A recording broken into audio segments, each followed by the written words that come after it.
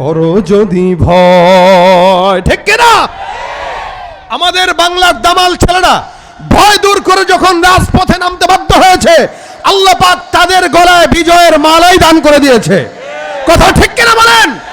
এই বদরের যুদ্ধে মুসলমান মনে রাখবেন 313 জন ভয়কে জয় করে যুদ্ধের ময়দানে দাঁড়িয়ে গিয়েছে। 1000-এর মোকাবেলায় আল্লাহ তাদের গলায় বিজয়ের মালা দান করে দিয়েছে।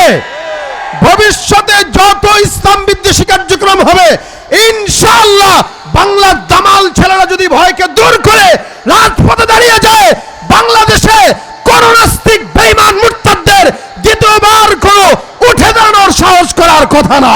ঠিক কিনা যারা বলেন? আল্লাহ পাক আমাদের ইমানি জজবা দান করুক, ইমানি পাওয়ার দান করুক, বলেন আমিন। এখনো সম্ভব আগামীর বাংলাদেশকে নতুন করে ইসলামের ছাঁচে এদেশকে গঠন করা। যতদিন পর্যন্ত ইসলাম কোরআন সুন্নাহর অনুকূলে এদেশ পরিচালনা না হবে, ততদিন পর্যন্ত শান্তি আশা করা বোকামি ছাড়া কিচ্ছু নয়।